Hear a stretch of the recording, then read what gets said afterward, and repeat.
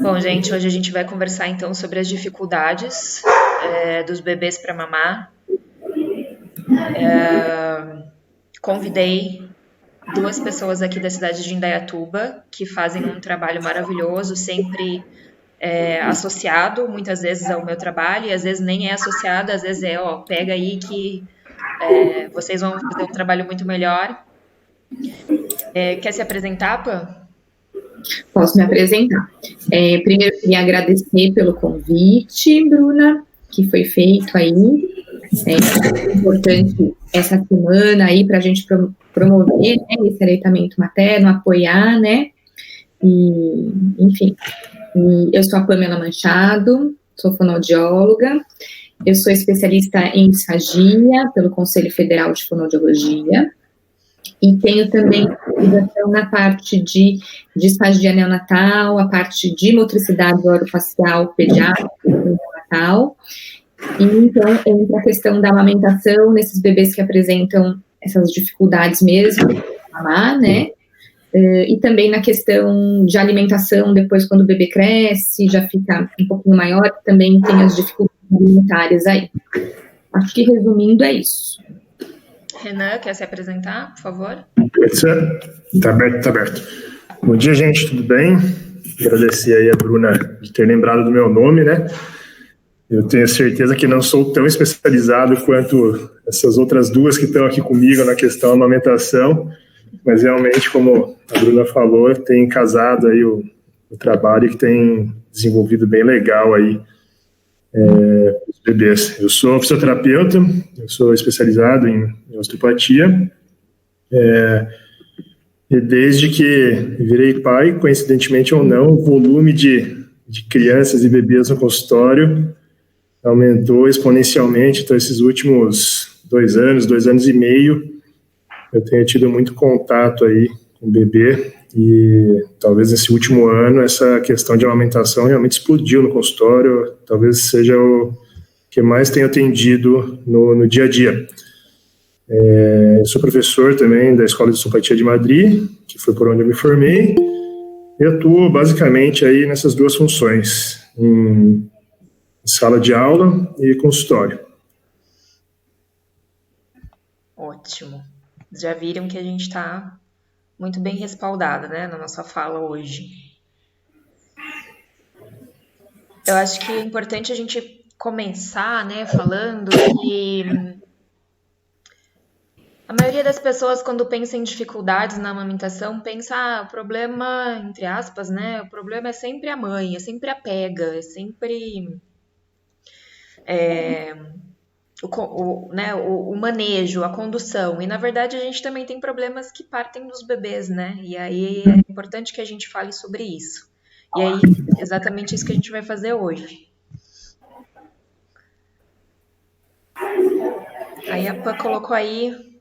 Isso. Coloquei um pouquinho só para a gente lembrar, né, porque são coisas que a gente já sabe um pouco, que o aleitamento materno é uma prática já milenar, né, e os benefícios que todo mundo sabe, né, que trazem na questão imunológica, na parte nutricional e também na parte afetiva, né, mas aí a gente tem que entrar um pouquinho mais nessa questão do aleitamento materno, da amamentação, e pensar que para ele ser efetivo, para a gente ter sucesso, as funções orais, né, tem que estar adequadas, tem que estar, assim, coordenadas, trabalhando em conjunto aí, né, então, função de sucção, de deglutição, né, e junto com a respiração para favorecer de forma eficiente essa amamentação, né. Além disso, essa sucção ela vai desenvolver um papel de extrema importância no desenvolvimento das estruturas estomatognáticas que a gente chama, né, de lábio, bochecha, língua, mandíbula, nas funções depois de fala, de alimentação, e o crescimento facial também aí, que vai ser importante nesse processo aí, com essa sucção, com esse aleitamento materno, né. Então, acho que daí só para dar uma introduzida, né, não sei se vocês querem colocando alguma coisa também. E vai aí, tocando, pô, se a gente... Vocês vão falando aí. E aí vem aquilo que a Bruna acabou de colocar, né, que às vezes a gente tem a mãe tentando amamentar a criança e não tá dando certo, né? Às vezes a pega tá legal também, e aquele aleitamento não vai, aquela amamentação não flui, e a mãe começa até a se culpar, né? Outras pessoas começam até a falar que tem alguma coisa errada ali com a mãe, o que pode estar acontecendo. E, na verdade, tem o papel ali do bebê também, que é importante, né? Então, ele precisa ter um tônus muscular adequado, uma boa movimentação da língua, uma sensibilidade, tanto fora do rostinho e dentro da boquinha, para ele poder perceber, ter essa percepção melhor e conseguir fazer as funções, né, adequadas, né? Uma coordenação da sucção, deglutição e respiração, que isso vai levar a uma amamentação de sucesso aí, vamos pensar assim, né, todo o conjunto, né.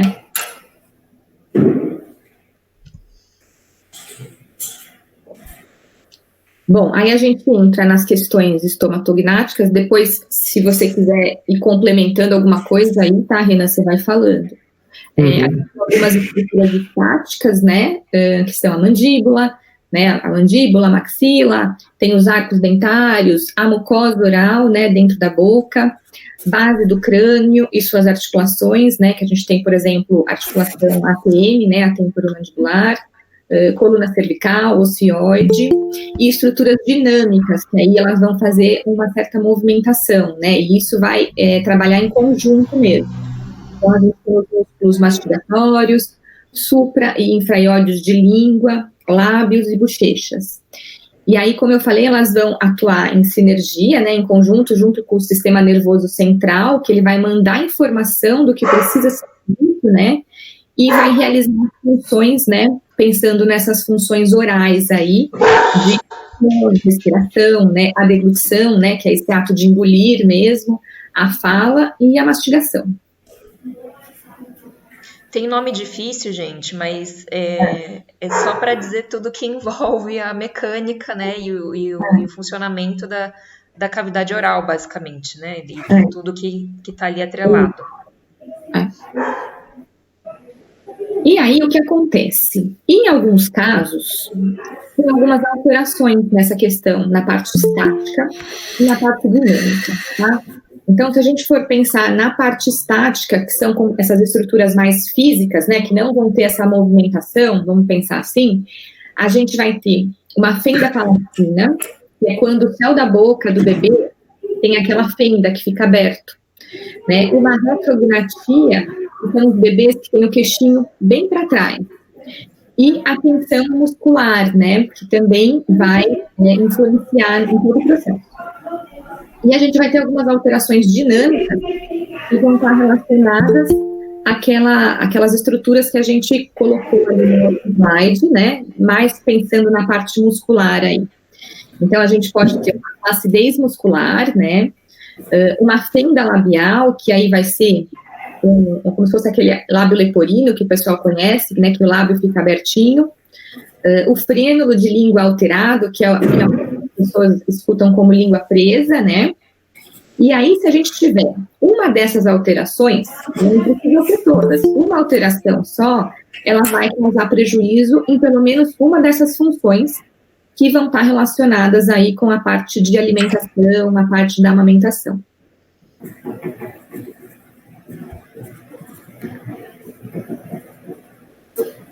Bom, aí para a gente mostrar um pouquinho, né, para a gente falar um pouquinho de cada uma, depois se vocês quiserem ir perguntando algumas coisas no chat, depois a gente vai respondendo.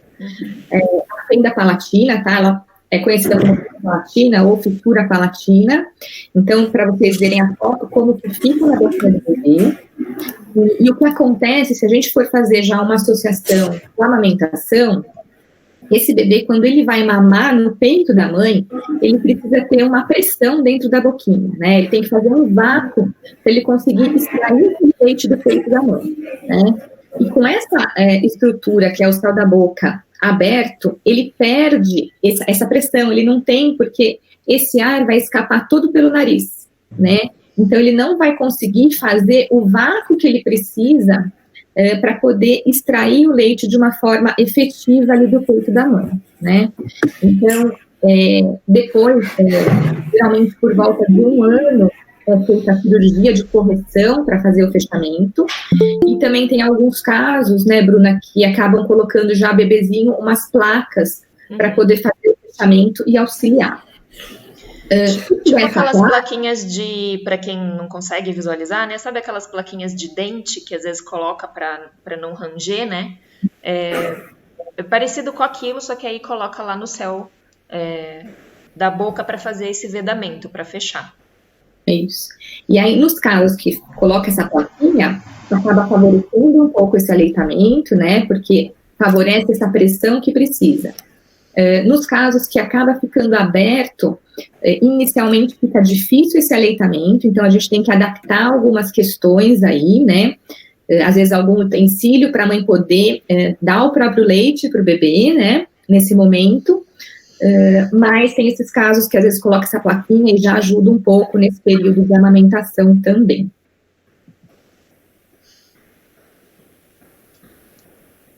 Uma coisa que é legal também falar, Bruna, da fenda palatina, é que por conta dessa estrutura que está diferente, a sensibilidade da boquinha do bebê também fica diferente. Porque a hora que ele vai tentar sugar, mamar, ele não tem o céu da boca que vai tocar essa língua, né, com a estrutura toda íntegra, e vai poder sentir, ter essa percepção oral, que também é muito importante, né?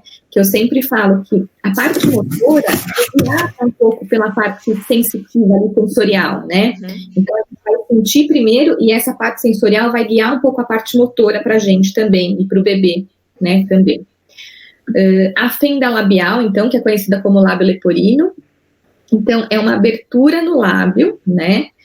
E aí, o que acontece? Pode ter uma associação, então pode ter bebê que tem só a fenda labial, e pode ter bebê que tem a fenda labial e a fenda palatina, né?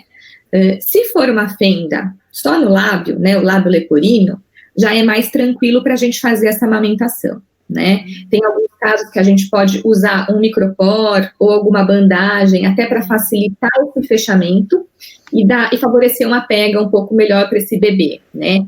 E aí, com a estrutura dentro da boquinha, o céu da boca, ele íntegro, aí o bebê consegue extrair esse leite da mãe, porque ele vai conseguir fazer aquele vácuo para poder extrair esse leite, tá?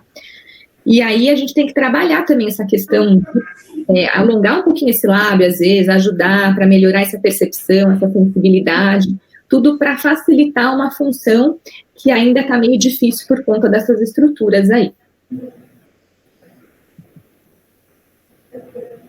A retrognatia, tá? Então, esse caso, essa foto, é bastante esse queixinho para trás, né?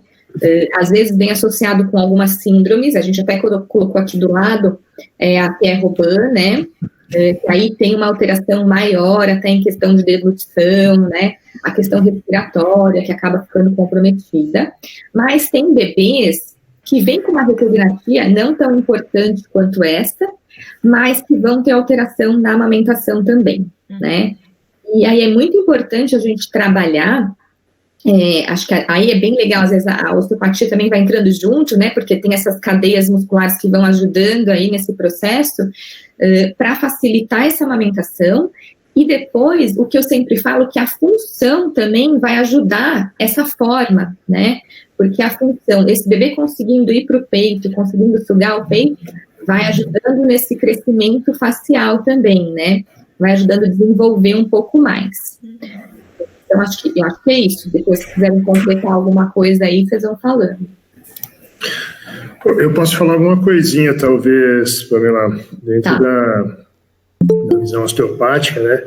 Como é um osso em crescimento, não sei se o pessoal que está aí é da área da saúde ou não, mas o nosso osso ele não nasce pronto, né, Pamela? A gente tem vários centros de ossificação e no bebê ainda, por exemplo, muitas vezes o osso não está nem em contato aí como um todo. Então, são leis de física que regem, né, além da genética e tudo mais, o crescimento do osso. Então, toda a parte tensional, como você comentou, de cadeia muscular e coisa e tal, né, ela vai influenciar o crescimento ósseo. Então, a atuação seria talvez nos casos, que alguns casos com a retrognatia pode evoluir para cirurgia até, né? Mas os casos que não são considerados cirúrgicos, muitas vezes o trabalho que é feito é justamente para deixar esse osso com tensão mais equilibrado e guiar um crescimento aí um pouco menos perturbado. Então, seria uma atuação, né? E justamente nessa questão aí de... É estranho para o pessoal, mas a gente, principalmente com bebês, como o osso ele está em formação, existe um trabalho que é feito no próprio osso, que chama de modelamento, né? Então, o próprio osso, para quem não sabe, ele é mole. Então, o osso ele tem uma flexibilidade, então é trabalhado dentro da flexibilidade óssea, e nos bebês daí a gente tem as mapinhas, né, de centros de ossificação. Então, a gente faz um reequilíbrio, muitas vezes, do centro de ossificação para guiar o crescimento, porque a tensão mecânica guia muito a deposição de matriz óssea. Um exemplo bem simples, se a gente pensar no próprio adulto, né, o tempo todo o osso está se remodelando. O processo de ortodontia, o uso de aparelho, nada mais de maneira extremamente simples, de alguém que não é dentista, né, você vai jogar compressão e distração no dente, no osso, e vai remodelar a inserção desse dente no alvéolo. Então, na verdade, você vai movimentando o dente porque vai remodelando o osso. Então, é basicamente por leis de mecânica que faz esse crescimento, e a atuação seria bastante nesse sentido, pensando em médio e longo prazo, né? Legal. Aí, eu não sei se você quer que eu comente alguma coisa aqui, você quer falar primeiro, Renan? Pode falar, eu vou completando. As especialistas aqui são vocês, eu sou complementar aqui com vocês. Então, eu acho que é a questão da tensão muscular, né, se a gente pensar. Então, às vezes tem bebês que vêm com uma boquinha super tensa, né, então se a gente pensar que já começa por aqui, que o bebê vai ter que abrir essa boca para abocanhar o mamilo, né, então tem bebês que vêm com uma tensão que você passa o bico do peito na boca e o bebê não abre, às vezes, essa boquinha, né, e aí precisa, a parte da fono, a gente vai tentando trabalhar para soltar um pouco essa boquinha, tentar ver se esse bebê consegue melhorar, né, a captação do bico, né, e aí eu acho que da osteopatia, né, Renan, que às vezes acaba trabalhando outra parte muscular que vai ajudando liberar, né, essa abertura de boca, né, para o bebê poder mamar, né. Então, eu acho que se a gente pensar nessa tensão muscular, principalmente que vem desse orbicular aqui, né, do músculo aqui do lábio, que acaba prejudicando para ele poder pegar esse peito, né? Exato. Como você falou, Pamela, se a gente for fazer a divisão, né, da fase oral, da fase faríngea, esofágica, tudo, basicamente, o que tá acontecendo é a ação muscular. Eu tenho o músculo que vai fazer a sucção, eu tenho o músculo que vai fazer a deglutição, eu tenho o músculo que vai ter que abrir e fechar esfíncter para esse leite, para o estômago do bebê. Então, basicamente, a gente está falando de estruturas musculares que estão envolvidas, né? Musculares e sensitivas, que nem você falou. E como que é o raciocínio que a gente faz dentro da osteopatia direcionado para isso. Se é uma estrutura muscular, alguma coisa comanda esse músculo, programa esse músculo, né? E no caso, a gente fala basicamente ou de um nervo, que vai fazer a contração muscular, ou da fáscia que está envolvida no músculo. E muitas coisas acontecem de forma reflexa, como você falou. O bebê, ele é muito reflexo, né? Então, o racional nosso é que, assim, o músculo em si, salvo se for um torcicolo que tenha o abscesso, coisa do tipo, né? Que tenha o nódulo palpável, uma questão local traumática, basicamente, ele é um cara que está obedecendo ordem. Então, o estudo que a gente faz é mais do centro para a periferia. Então, se a gente pega praticamente toda a musculatura que está envolvida nas 3 fases que a gente está falando, até a parte digestiva, são musculaturas aí que vêm dos nossos arcos branquiais, né, dos arcos faríngeos, e que são inervadas por nervos cranianos. E esses nervos, eu não coloquei a foto aqui, poderia ter colocado, se a gente olhar, né, a base do pescoço do bebê, onde encaixa o pescoço e a cabeça, eles estão saindo pela base do crânio. E o processo, muitas vezes, de nascimento, o processo de contração uterina, posicionamento intrauterino, muitas vezes que a gente vê hoje, o excesso, né, os vícios aí posicionais, que muitas vezes o bebê fica o dia todo no bebê conforto, deitado, Enfim, tudo isso vai causando aí, dentro das nossas hipóteses de raciocínio diagnóstico osteopático, vai gerando alguns tensionamentos. Isso a gente vê muito na clínica. Como a fontanela está abertinha, né, a moleira, é muito comum você pegar esses bebês e a moleira está rígida. A moleira, basicamente, é tecido de duramáter, é tecido mole. Então, a gente usa aí como um ponto, talvez, de evolução, de tensão desse sistema nervoso. Isso daí atrapalharia, muitas vezes, o fluxo de informação. O nervo como uma corda elétrica. Se eu tenho algo que atrapalha a passagem da corrente elétrica para fazer a ação muscular, provavelmente esse músculo não vai ser efetivo como deveria ser. E, em contrapartida, é isso que vocês fazem, a parte da estimulação. Eu preciso trabalhar o músculo também. Não adianta trabalhar só o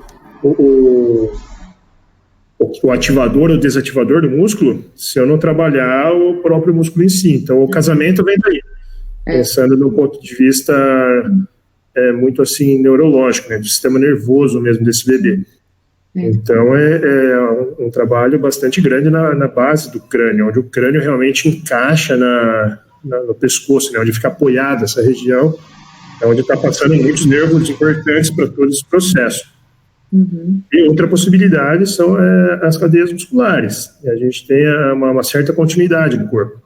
E no bebê é muito, muito legal isso, porque parece que é ainda mais evidente essa continuação. Então, acho que eu vou até deixar para falar um pouquinho mais para frente, que a gente tem umas imagens aí na parte de língua que são mais interessantes. E dentro da parte científica, né, da pesquisa, existe um termo, eu não sei se na fono está sendo usado, na fisioterapia já está sendo usado e na medicina também, que é a interdependência regional. Ou seja, eu tenho certas regiões do meu corpo que, para ter um bom funcionamento, elas dependem de outras regiões. Sim. Então, se eu tenho outra região que não tá legal, por mais que seja uma região que não tenha tanto a ver com a parte de sucção, deglutição, enfim, ela pode estar de alguma forma perturbando a função desse bebê. E a partir disso que a gente vai desenvolvendo aí o raciocínio e a individualização para intervir. É uma coisa meio nítida, assim, né? Às vezes uma terapia que está amarrada, quando você intervém com osteopatia, o negócio deslancha. Eu falo que isso é geral, assim, seja na físio, o cara está reabilitando e não está evoluindo a parte muscular do ombro dessa pessoa. Vem fazer intervenção e começa a evoluir. Então é uma coisa muito complementar, né? Uma coisa que vai encaixando uma pecinha de cada quebra-cabeça para montar o contexto como um todo. E é bem isso, né? É você enxergar esse bebê, né? A gente pensando no bebê aqui hoje, mas enxergar esse bebê como um todo, né? Exatamente. Por exemplo, eu tô na fono, eu não vou só olhar aquela boquinha ali do bebê, a língua, né? Mas ter uma visão global mesmo, de saber que, meu trabalho não tá evoluindo, então eu preciso pensar aí, vamos ver, eu preciso da equipe ali junto comigo, né? Que vai poder me ajudar. Aí esse bebê deslancha, assim. Eu costumo dizer que quando a gente tem essa equipe, né? Que acaba olhando para esse bebê como um todo mesmo, o bebê evolui super rápido, né?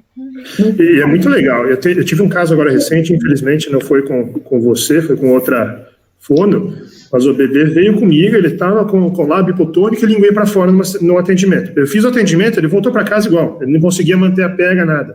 Aí foi para a fono, fez um atendimento de fono, ela me mandou foto, assim, uma coisa inacreditável. A gente fala que o bebê ficou até mais bonito. Já estava com a boca fechadinha com o atendimento. Então, esse casamento é meio que inevitável. Eu vejo assim que no futuro é meio inevitável isso daí. Mesmo, né, que acaba, a gente precisa um do outro mesmo. Exatamente. Acho que aí vai entrar, né, diferente da tensão muscular, aí a gente vai falar um pouco da força muscular, né, que é o que até você comentou um pouco aí, até dessa boquinha, né, tudo. Então, tem bebês, esse é um bebê que chegou para mim há um tempo atrás, essa foto foi autorizada pela mãe, tudo. Ele chegou, né, com essa postura primeira, onde está eu marquei até a avaliação, e com essa boquinha bem aberta. Nessa foto não dá para visualizar, mas esse queixinho até um pouquinho mais para trás, né, e isso dificulta muito para esse bebê fazer uma função de uma forma adequada, né, então, para ele abocanhar o peito, para ele começar a sugar, para ele manter, né, as sucções ali no peito, para ele deglutir, então, acaba atrapalhando toda a função. E aí, com algumas sessões de fono, a gente conseguiu melhorar essa questão muscular desse bebê. E eu falo que às vezes, por isso que a gente fala que às vezes não é só a pega daquele bebê, né? Tem essa questão muscular junto que vai estar fazendo parte para melhorar a função, né? Então, se vocês observarem, a gente pode ver um ganho dessa parte muscular na bochecha, que vai dar um suporte para ele poder sugar, essa boquinha que já ficou mais vedada, mais fechada, melhor posicionada, o queixinho começa a vir um pouquinho para frente,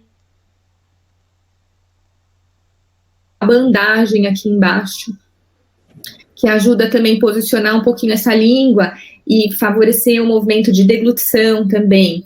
Então, a gente vai dando um suporte muscular para esse bebê, né, que aí tem resultado na função mesmo dele, né. Eu digo suporte muscular, mas também uma questão de percepção oral desse bebê, trabalhando a sensibilidade também, que vai ajudando nas funções, né? Então, eu acho que é bem legal. Então, a gente colocou 2 fotos aqui para mostrar que essa flacidez muscular, ela pode ocorrer em bebês que não tenham nenhuma síndrome, que não tenham nenhuma patologia, nada. Pode ser em bebê saudável mesmo, né? Que às vezes tem bebês que às vezes têm um refluxo, mas tem bebês que não. Às vezes é uma questão muscular que a gente precisa trabalhar mesmo, né? E, por outro lado, a gente tem a flacidez muscular em crianças, em bebês que possuem alguma síndrome, né? Então, tem bebês que têm a síndrome de Down, né? Que a gente sabe que tem uma flacidez muscular mais importante e que aí a gente vai ter que intervir também com eles para poder auxiliar esse processo, né? Então, eu acho que é isso daí, também da questão da flacidez muscular. Se eu esquecer alguma coisa, vocês vão completando aí.